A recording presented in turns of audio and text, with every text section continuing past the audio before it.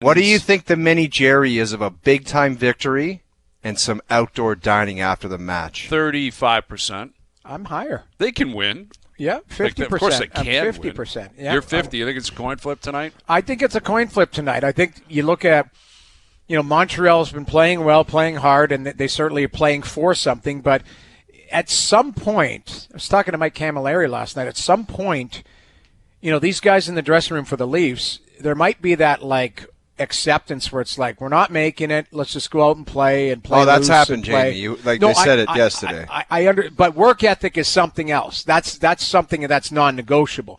What I'm saying is there might be a point where they're not, they just go out and have fun and play hard, and good things will happen. That's maybe something that could be in the future here. They've got too many games for something for this to be 0-17. Win games. The problem is they're all veterans.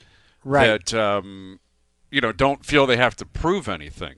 You would think internally, right? Like our chat with Pat Maroon yesterday went viral. That got some buzz. Holy people reacting to Pat. And Pat Maroon, never played in Toronto, obviously admitted that, and spoke to what's going on in the room in Toronto. And I think it was Andy Strickland who quote tweeted that about a conversation he had with Roman Polak, who Roman said it was much more pressure, and I'm paraphrasing, but a lot more pressure to play in St. Louis because of the internal pressure in the room and within the organization.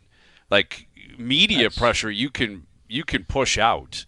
It's the internal pressure that matters, and that's what I think we're talking about here. Like the Leafs aren't going to sit there and say, Hayes, and Noodles are freaking, we better start winning, or man, the fans aren't showing up to the games. They don't care what we say. Exactly, they don't care. Nor should they. I thought that was a great comment by Strick, by the way. Just bringing up the idea of the internal pressure from the organization. I thought it was a great comment. Well, I agree, and that's what I'm saying I think has to apply here.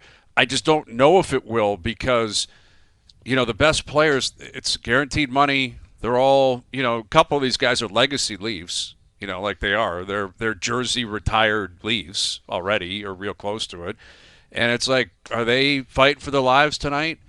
I don't know. How many young players are on their way up fighting for their lives? That's more likely to see craziness. If you put some kids in the lineup and say, hey, you got a chance to play in the NHL, what are you going to do?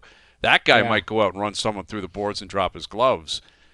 What are the Leafs going to do with, Matthews and Nylander and Tavares and Riley? They're just going to go play. They're not – they don't care what – I shouldn't say that, but I find it hard to believe they're worried about their reputation.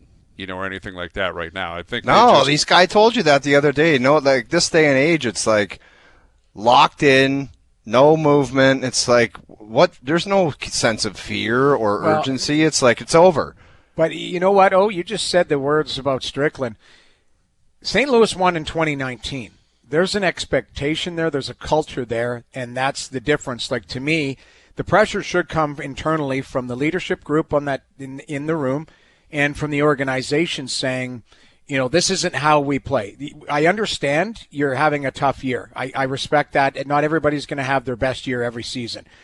But to me, work ethic should be non-negotiable, and pride in your game should be non-negotiable. And I think those are types of things that, I know the St. Louis culture. I was part of it in the late 90s, and that kept going from Pronger and Brett Hull and McInnes and them right into Dougie Waite, into great leaders, Alex Steen, into them winning a Stanley Cup. And to me, I look at different organizations have different expectations, but the culture and the leadership in that room should hold everybody's feet to the fire and say we're not going to embarrass ourselves down the stretch here. Yeah, well, I mean, they got a coach fired in St. Louis that year. Yeah. So I do think there's some revisionist history, right? There wasn't much culture the first 2 or 3 months when whoever it was that got fired. I get that, but my point is their expectation. All I know from the outside again is that the Leafs dressing room's a country club. But then why can't Berube change that? Why? If Keefe couldn't and Babcock couldn't, this is what I don't understand. But I think it comes from within, Brian. We can yell and scream all we want. A coach can come in and yell and scream all they want, but those players have to be able to want to dig in and accept that. That's just the truth. And I think there's some to that, Noodles. I also think the way they play defensively is it's horrendous. You're right. The semantics. I'm not letting the players off the hook. I just feel like with commentary if you go too deep on that, it lets Berube off the hook, Tree Living off the hook. Like Craig Berube has coached. Look at the way they defend. They get caved in every single night. Yeah, no, like that's on agreed, the coach, right.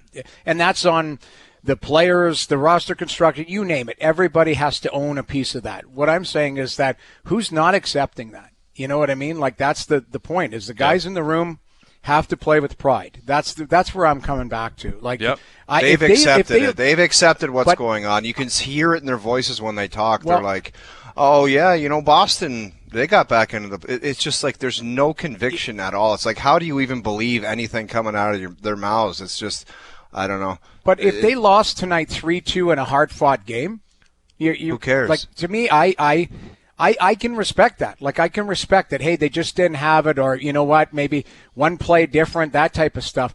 Not getting run out of the building and to me, you shouldn't be second on effort. That's Jamie, the problem I love saying to a guy, and I don't say it that often, where it's like, how about those Leafs last night? And I don't mind saying, you know what, they worked their ass off and they got goalied or they just got beat or a special player made special plays. But you just don't say that often, especially right now. It's just like, all you can say is that was a complete disaster, a mess. Like, how else do you describe it? Yeah, and they've got to get off that. Like, you can't, you gotta, if this is one, like, Berube's saying the right things. He said it yesterday. Like, hey, this is our biggest rival. The Bell Center will be rocking. The shoes on the other foot. I remember this game 7-8 years ago when Matthews and Marner and them were going into the Bell Center and beating up the Habs, and people in Montreal were going nuts, saying we're in trouble, like the Leafs are going to own us for a decade. And in reality, they didn't, because in 21, the Habs came back from down 3-1 and have owned the Leafs ever since, because that's the only moment that really matters. Who cares about game 12 or 48 or 63? When they puked away that series against Montreal, it was a death knell for the most part.